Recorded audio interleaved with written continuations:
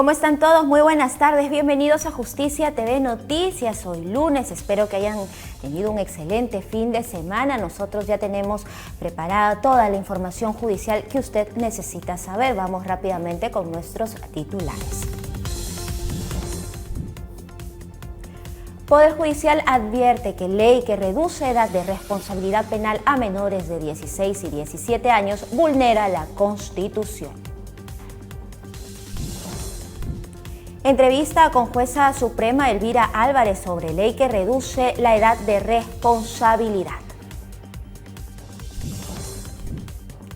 Poder Judicial alerta sobre retroceso en la lucha contra el crimen organizado y corrupción por modificación de ley de extinción de dominio.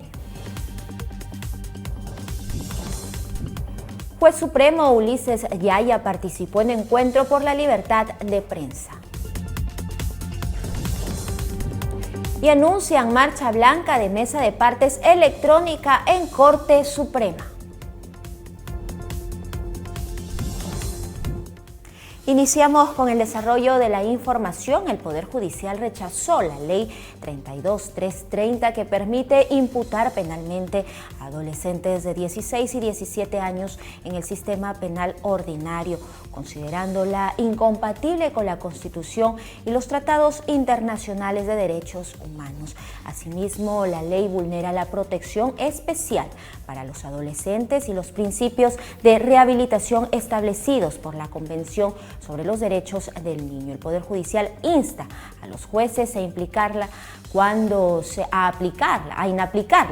sea contraria a la Constitución y a los estándares internacionales. El Poder Judicial ha emitido un enérgico pronunciamiento expresando su rechazo a la reciente promulgación de la Ley 32330, que permite considerar penalmente imputables dentro del sistema penal ordinario a los adolescentes de 16 y 17 años. En el comunicado, la institución judicial califica esta ley como incompatible con la Constitución Política del Perú y los tratados internacionales de derechos humanos. Advierte que la reforma introduce un enfoque punitivo que ignora la especial condición de los adolescentes, contraviniendo los estándares nacionales e internacionales de protección establecidos para este grupo vulnerable. El Poder Judicial subraya que la ley número 32330 vulnera directamente el artículo 4 de la Constitución, que mandata una protección especial para los adolescentes, así como la cuarta disposición final y transitoria, que exige la interpretación de los derechos fundamentales en concordancia con los tratados internacionales. Asimismo, señala que la norma contraviene la Convención sobre los Derechos del Niño, la cual promueve un sistema de justicia juvenil orientado a la rehabilitación, la reintegración social y el respeto por la dignidad de las personas menores de edad. La institución judicial también hace eco de la preocupación manifestada por el Comité de Derechos del Niño ante normas que permiten juzgar a adolescentes como adultos. Recuerda que este organismo internacional ha señalado la incompatibilidad de tales medidas con el principio de trato diferenciado y ha recomendado que todas las personas menores de 18 años sean procesadas exclusivamente bajo la jurisdicción del sistema de justicia juvenil, sin excepciones. En el pronunciamiento, el Poder Judicial advierte que la nueva ley vulnera el principio del interés superior del niño y el principio de no regresividad, representando un retroceso en el nivel de protección alcanzado en materia de derechos de la niñez y la adolescencia. Enfatiza que este retroceso pone en grave riesgo la posibilidad de reintegración social y desarrollo integral de los adolescentes en conflicto con la ley. Finalmente, la institución exige la pronta implementación del Código de Responsabilidad Penal de Adolescentes y su reglamento, instrumentos que incorporan mecanismos de justicia restaurativa, terapéutica y diferenciada en plena concordancia con los compromisos asumidos por el Estado peruano.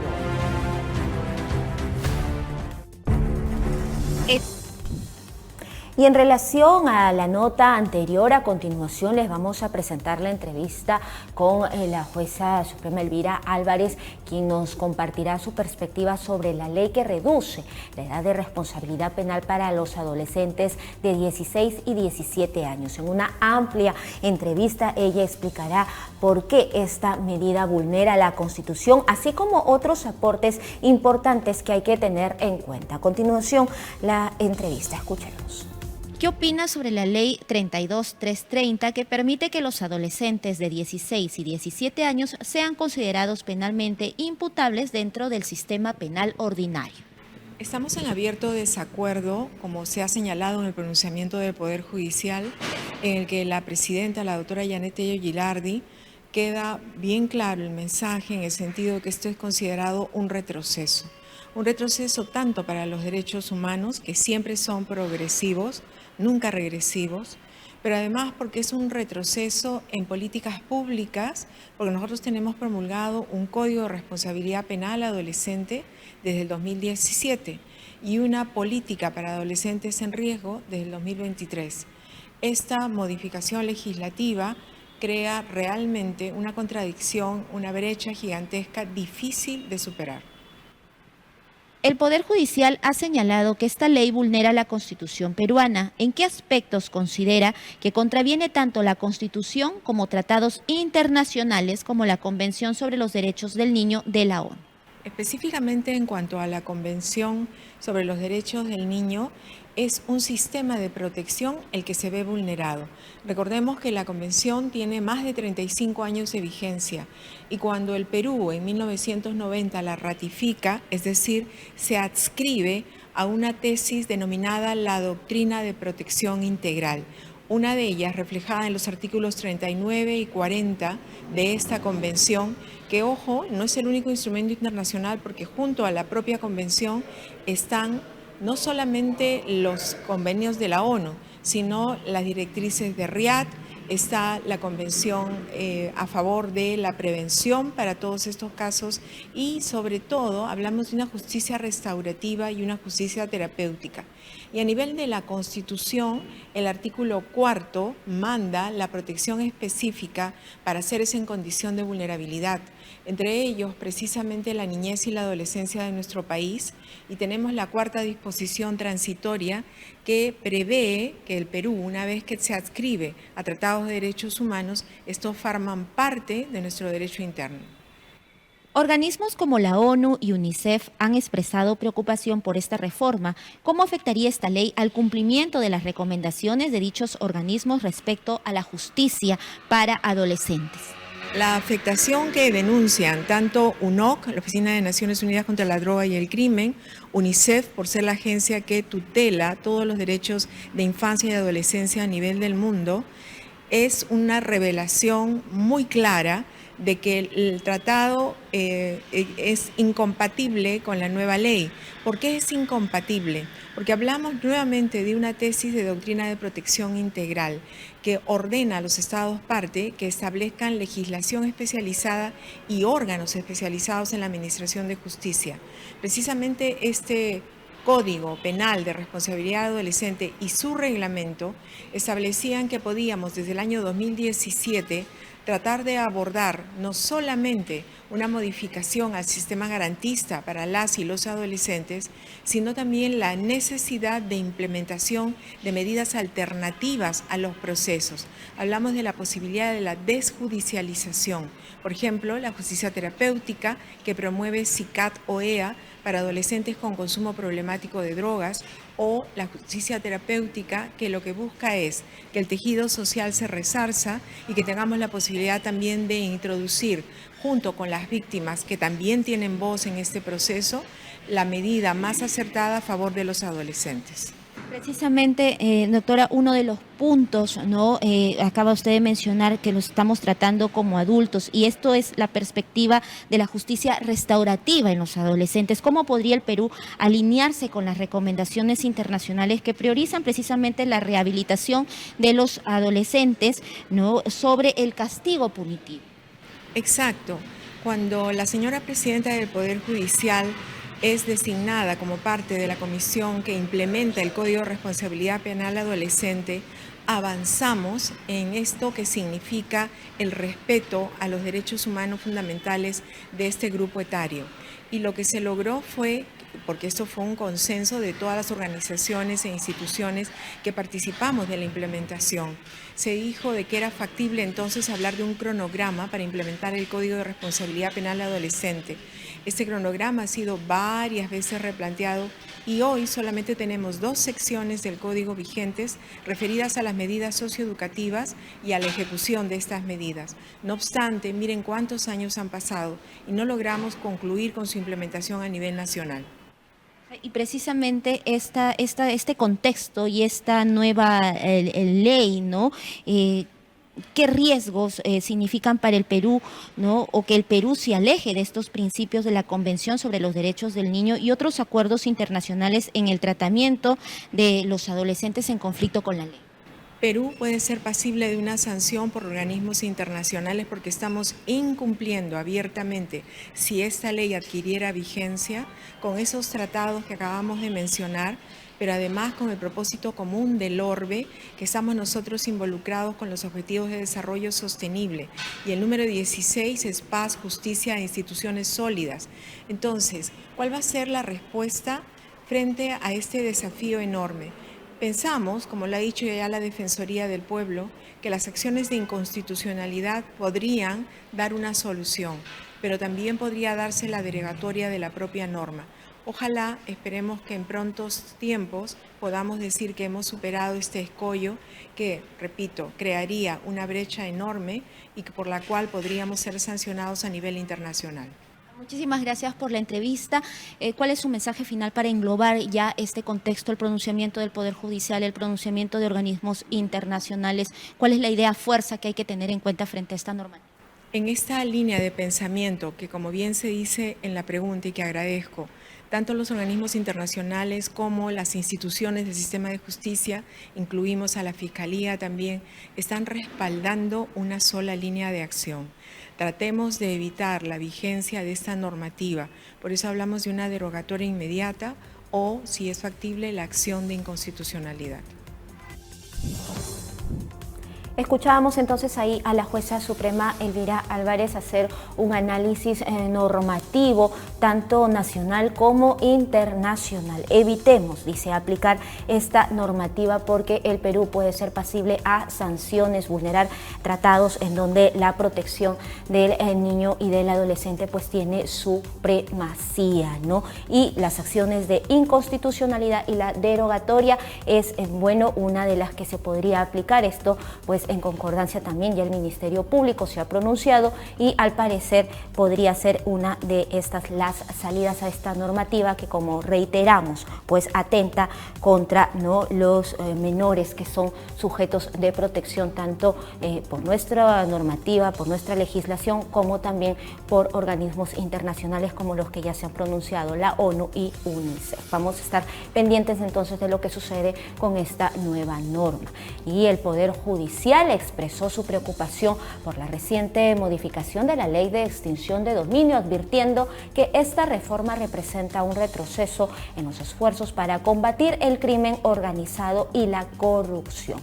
Destacó que el decomiso sin condena es una herramienta clave para desarticular estructuras criminales y recuperar bienes ilícitos, habiendo logrado desde el 2019 recuperar, escuche bien, más de 172 millones de dólares. Poder Judicial expresa su preocupación y alerta a la ciudadanía sobre los graves riesgos que implica la reciente publicación de la Ley 32-32-6, la cual modifica la Ley de Extinción de Dominio. A través de un comunicado, la institución judicial advierte que esta reforma legislativa representa un significativo retroceso en los esfuerzos nacionales e internacionales para combatir eficazmente el crimen organizado y la corrupción en el país.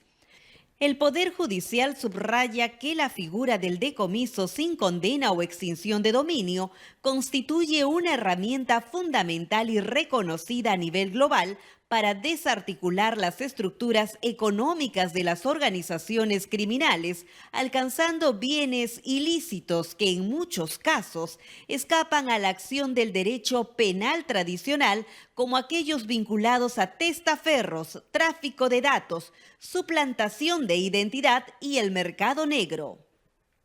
La institución destaca los resultados concretos obtenidos gracias a la Ley de Extinción de Dominio vigente, señalando que desde el año 2019 hasta el primer trimestre del presente año se ha logrado recuperar la considerable suma de $172.640.545 provenientes de actividades ilícitas. En ese sentido, el Poder Judicial lamenta que la Ley 32-32-6 desconozca el artículo 53 de la Convención de las Naciones Unidas contra la Corrupción de Mérida y desatienda las recomendaciones del Grupo de Acción Financiera Internacional GAFI. Esta modificación debilita de manera alarmante los avances significativos que el Perú ha alcanzado en la lucha contra la corrupción y las poderosas organizaciones criminales que amenazan la institucionalidad democrática y la seguridad de la ciudadanía.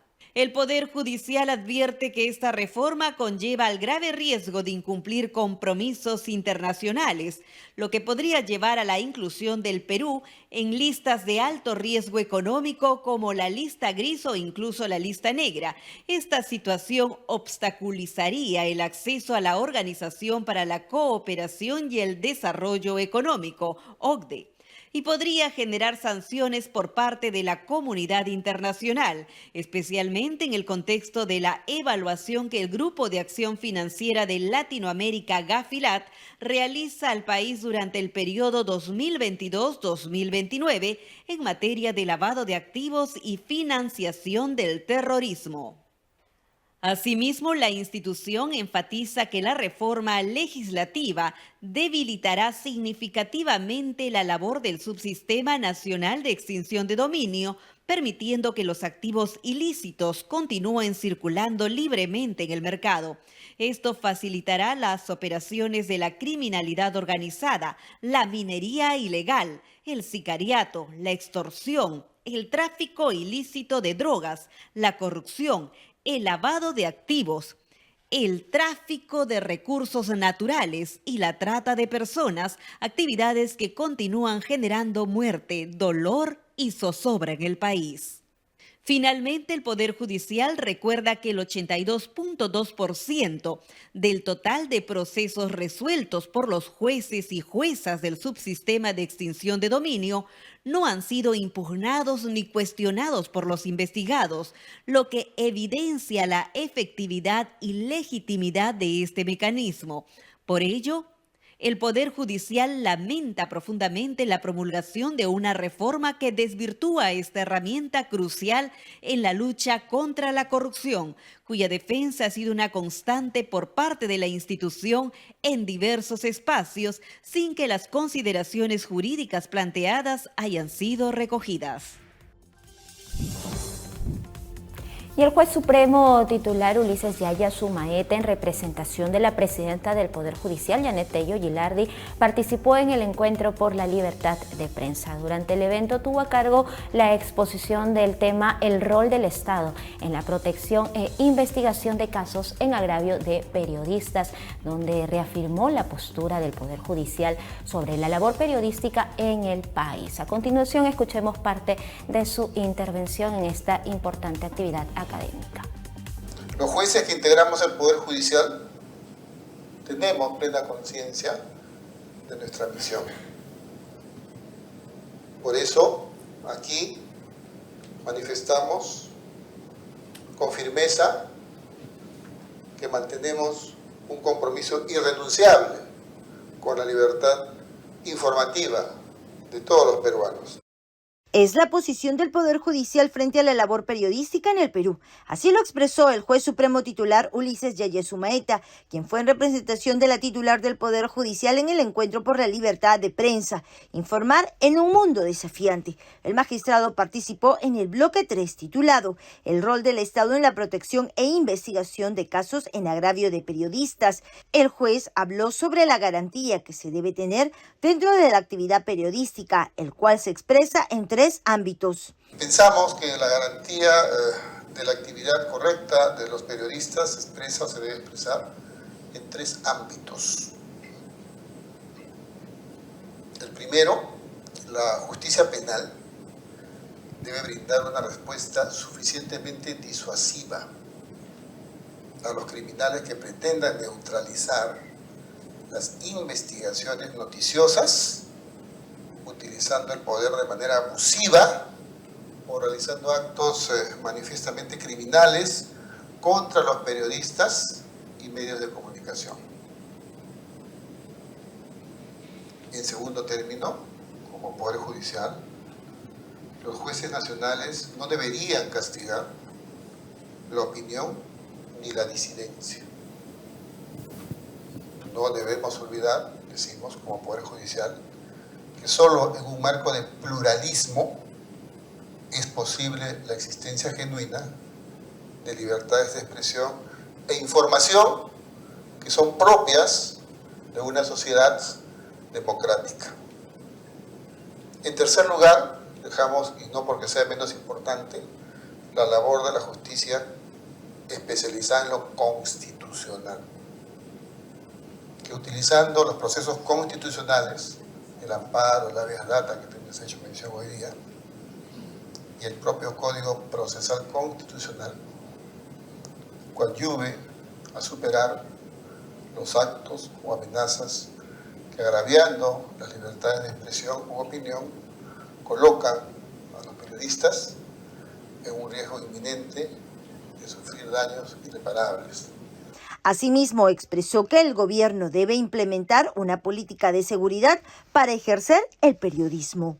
El gobierno, como manifestación de su deber de garantía, implementar una política de seguridad interior que brinde las condiciones necesarias para que ejercer el periodismo no sea una actividad altamente peligrosa. El encuentro Libertad de Prensa, Informar en un mundo desafiante fue organizado por PNUD, UNESCO, IPIS y otras instituciones. La jueza suprema Elvia Barrios Alvarado encabezó la presentación de la Mesa de Partes Electrónica, una iniciativa para modernizar la gestión de documentos en las salas supremas. Como parte de esta transformación se desactivarán los correos institucionales que actualmente son usados para recibir los diferentes escritos judiciales, pero esta transición será de manera gradual y se mantendrán aún temporalmente algunos canales físicos y digitales, esto dependiendo del tipo de trámite y jurisdicción. A continuación, más detalles en la entrevista con nuestro compañero Walter Condori, quien pues nos enlazamos en estos momentos. Muchas gracias por el pase. Me encuentro con la doctora Elvia Barrios Alvarado, ella jueza suprema de la República. Doctora, tenemos un evento interesante el día de hoy de trabajo que usted ha participado y que la opinión pública tiene que saberlo. Por favor, ayúdenos. Sí, bueno, yo presido la Comisión de Implementación del Expediente Judicial Electrónico y como tal nosotros ya hemos previsto a través, en este caso, de la Gerencia de Informática y de otros servicios, implementar la Mesa de Partes Electrónica en la Corte Suprema. Como ustedes saben, tenemos mesa de partes electrónica en otras especialidades donde el abogado puede ingresar a través del SINOE, y en la Corte Suprema, sin embargo, hemos estado trabajando la presentación de los escritos a través de un correo electrónico. En esta oportunidad eso va a ser dejado de lado, si se quiere, para ingresar a que los escritos se ingresen a través del SINOE en la mesa de partes electrónica de la Corte Suprema. Mayor garantía, más seguridad y eficiencia en el trabajo. Doctora, estamos hablando de un número de salas. ¿Son 11 o no se equivoco? Sí, efectivamente. Recuérdense que tenemos salas penales, tenemos salas civiles y salas constitucionales. Dentro de las permanentes tenemos también las transitorias. Entonces esto es muy significativo en el tema de los costos que significa el servicio justicia, porque para nosotros también hay el costo papel, y vamos a reducir ese costo de papel, pero fundamentalmente reducir las horas de trabajo hombre y también darle la facilidad al abogado, porque algunas veces no usan el correo electrónico, darle la oportunidad de que a través de la mesa de partes presente su escrito. ¿Cuándo se inicia la marcha blanca? Bueno, estamos para el 26 de mayo, está previsto. Previamente estamos haciendo una campaña de sensibilización, de capacitación, no solamente a la interna dentro del Poder Judicial, sino también para los justiciables, para los abogados.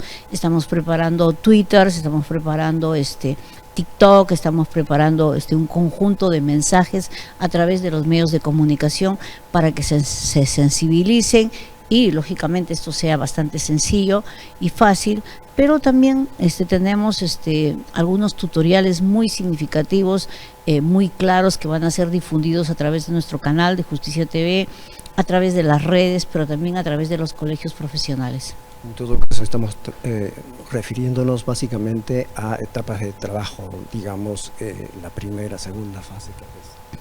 Esta es una primera parte que tiene que ver con los escritos, la segunda parte ya va un poco más allá y así, como se dice, piano piano, vamos a llegar lontano. Doctora Barrio, felicitaciones. Finalmente quisiéramos un poco redondear el impacto, porque al final, al cabo, el servicio de justicia se debe gracias a ellos. La transformación digital en el Poder Judicial la venimos llevando hace tiempo, es verdad que no al paso que quisiéramos, pero como ustedes saben, tenemos un gran proyecto con el Banco Mundial y con el BID donde estamos transformando o vamos a transformar digitalmente todo el proceso desde que empieza hasta que termina. Tenemos la suerte en las especialidades no penales que ya se está desarrollando el software, la licitación la ganó una empresa brasileña que precisamente implementó el expediente judicial electrónico en Brasil. Desarrollamos el software y de ahí vamos para adelante con todo lo que sigue en todas las especialidades. Y en el eje penal, que sí el eje penal es un poco más complejo, estamos desarrollando in-house, en casa, el expediente judicial electrónico. Doctora Barrios, muchas gracias. Nuevamente, compañeros, vamos hasta los estudios. Efectivamente, la mesa de partes electrónicas se materializa en la Corte Suprema. Adelante ustedes. Así es, Walter, gracias por este enlace y contigo cerramos el primer bloque informativo de Justicia TV Noticias. No se mueva porque ya regresamos con más información.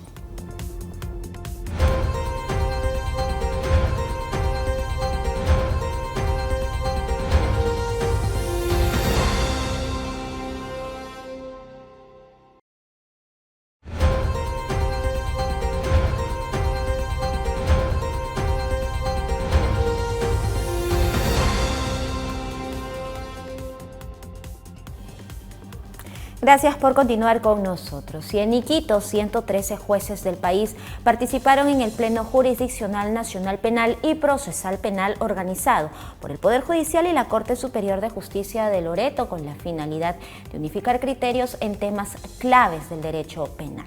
Se acordó tratar la desobediencia a medidas de protección como una agresión en violencia familiar, validar las declaraciones en cámara GESEL como prueba, permitir apelaciones en etapa intermedia de juicio y considerar solo las penas privativas de la libertad efectivas para la reincidencia. Estos acuerdos buscan una justicia más rápida, clara y predecible. A continuación, más detalles de este importante congreso en materia penal en la siguiente nota. Con la participación de 113 jueces de todo el país, se llevó a cabo el Pleno Jurisdiccional Nacional Penal y Procesal Penal. En la ciudad de Iquitos, este evento organizado por el Poder Judicial con la colaboración de la Corte Superior de Justicia de Loreto tuvo como objetivo revisar y establecer criterios comunes en temas cruciales para el sistema de justicia penal y procesal penal en el Perú. Durante 2 días de trabajo, los jueces discutieron diversas situaciones complejas que afectan a la ciudadanía, especialmente en casos de violencia familiar, derechos de las víctimas y el tratamiento de las penas. Al final del encuentro se llegaron a acuerdos importantes, entre los cuales destacan los casos de violencia familiar. Se decidió que cuando una persona desobedece una medida de protección para evitar más violencia, este comportamiento será tratado bajo el mismo tipo de delito que las agresiones físicas o psicológicas contra la mujer o los miembros del grupo familiar. Esto significa que las leyes que protegen a las víctimas de violencia serán más claras y aplicadas de manera más efectiva. También se reafirmó que las declaraciones de las víctimas tomadas en la cámara Gesell, una técnica usada para proteger a las víctimas de revictimización, son completamente válidas como prueba siempre que se respete el debido proceso. También se aprobó que sí se puede apelar las decisiones que desestiman excepciones o defensas planteadas en la etapa intermedia de un juicio, asegurando así que todas las partes involucradas tengan la oportunidad de defender sus derechos y que las decisiones sean revisadas por una instancia superior. En relación con la reincidencia, se estableció que solo se tomarán en cuenta las penas privativas de libertad efectivas, es decir, las que implican una condena real en prisión para aplicar la reincidencia. No se computarán penas suspendidas ni otro tipo de sanciones no privativas de libertad. Este pleno es un paso importante para mejorar la administración de justicia en el país. Al establecer criterios más claros y unificados, se busca ofrecer una justicia más rápida, equitativa y predecible que favorezca el respeto a los derechos humanos y contribuya a la seguridad jurídica para todas las ciudadanas y ciudadanos. La presidenta del Poder Judicial tomó juramento a la magistrada Karina Holgado Noa como jueza suprema provisional de la Sala de Derecho Constitucional y Social Permanente. La magistrada asumirá el cargo en reemplazo del juez supremo titular Carlos Calderón Puertas, quien participará en un seminario para jueces peruanos en Beijing. Hoy la magistrada Karina Holgado Noa juramentó como jueza suprema provisional para integrar la Sala de Derecho Constitucional y Social Permanente. Asumirá el cargo en reemplazo del juez supremo titular Carlos Calderón Puertas, quien participará en un seminario para jueces peruanos en Beijing, China. Jura por Dios y por la patria cumplir fielmente los deberes del cargo que se le ha encomendado como jueza suprema provisional de la Corte Suprema de Justicia de la República. Sí, juro por Dios y por la patria desempeñar fielmente los deberes del cargo que se me ha conferido. Cabe recordar que la magistrada Karina Holgado Noa fue presidenta de la Corte Superior de Justicia del Cusco durante el periodo 2023-2024. Asimismo, fue premiada en el segundo concurso nacional de buenas prácticas en materia de igualdad y violencia de género en resoluciones judiciales por la sentencia del caso Paisana Jacinta.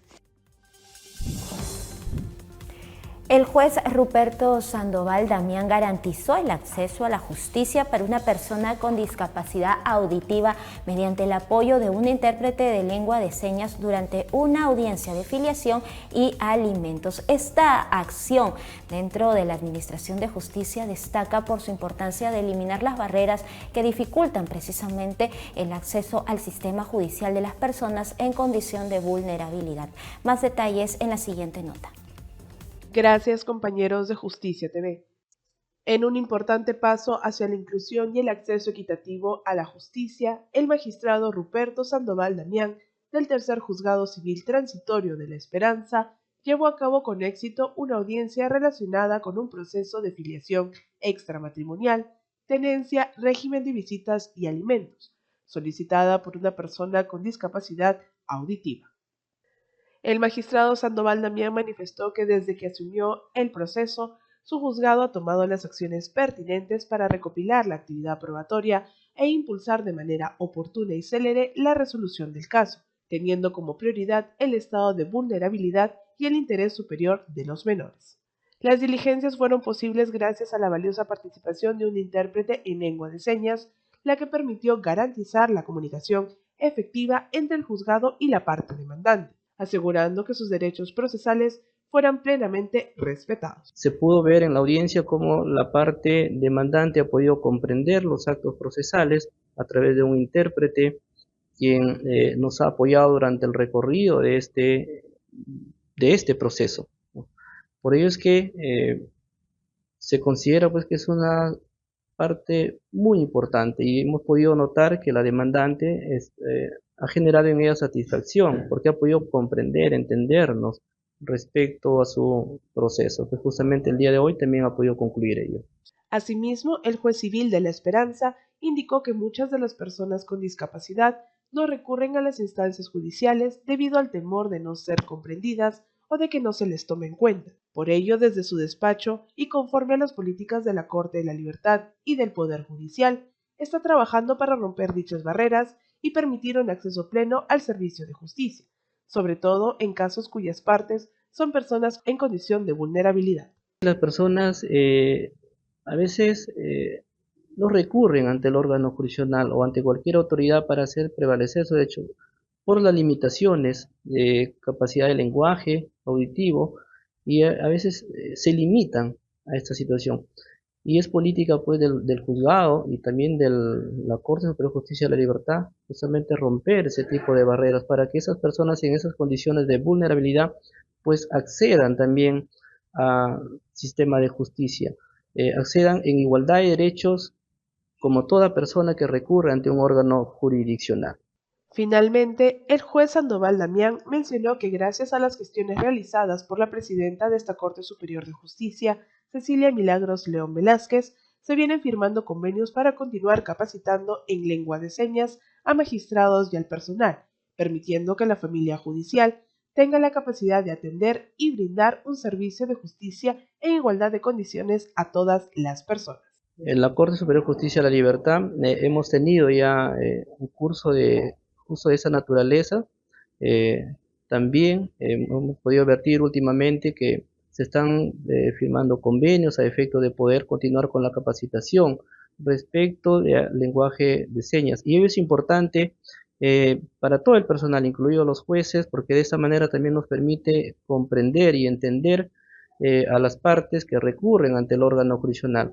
El sistema de apoyo que tenemos en cuanto a al personal jurisdiccional, en igual sentido, también ellos van a comprender y se hace más fácil entender a aquellas personas que se merecen también igualdad de condiciones y poder apreciar lo que verdaderamente ellos recurren al Poder Judicial con la finalidad pues que se tutele un derecho que consideran presuntamente vulnerado. Se debe promover este tipo de capacitaciones y gracias también a la presidencia del Poder Judicial, a la presidenta también de la Corte Superior de Justicia de la Libertad, doctora Cecilia León Velázquez, quien desde ya viene promoviendo este tipo de capacitaciones conjuntamente con la presidenta del Poder Judicial. Desde la Corte Superior de Justicia de la Libertad informó Cintia Salí Rosas para Justicia TV.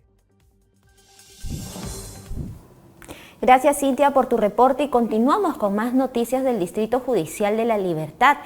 Precisamente en esta jurisdicción se celebró un emotivo homenaje a las madres que laboran, reconociendo su valioso rol como profesionales y también como madres. El evento fue presidido por Cecilia León Velázquez, quien es la presidenta de este distrito judicial, y expresó su mensaje de gratitud y admiración hacia todas las homenajeadas.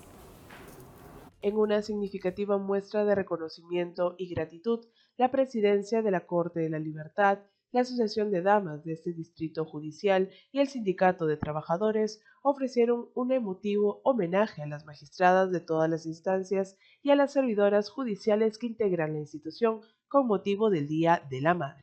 La actividad fue presidida por la titular de la Corte y de la Asociación de Damas de la Libertad, Cecilia Milagros León Velázquez, quien reconoció la increíble y sacrificada labor que desempeñan las madres, tanto en sus respectivos hogares como en sus funciones como servidoras de la institución. Por su parte, el secretario general del Sindicato de Trabajadores, César Rodríguez Romay, felicitó a las madres y recalcó que esta celebración es un merecido homenaje a todas ellas que, sin ser perfectas, buscan la excelencia en su trabajo y para sus familias.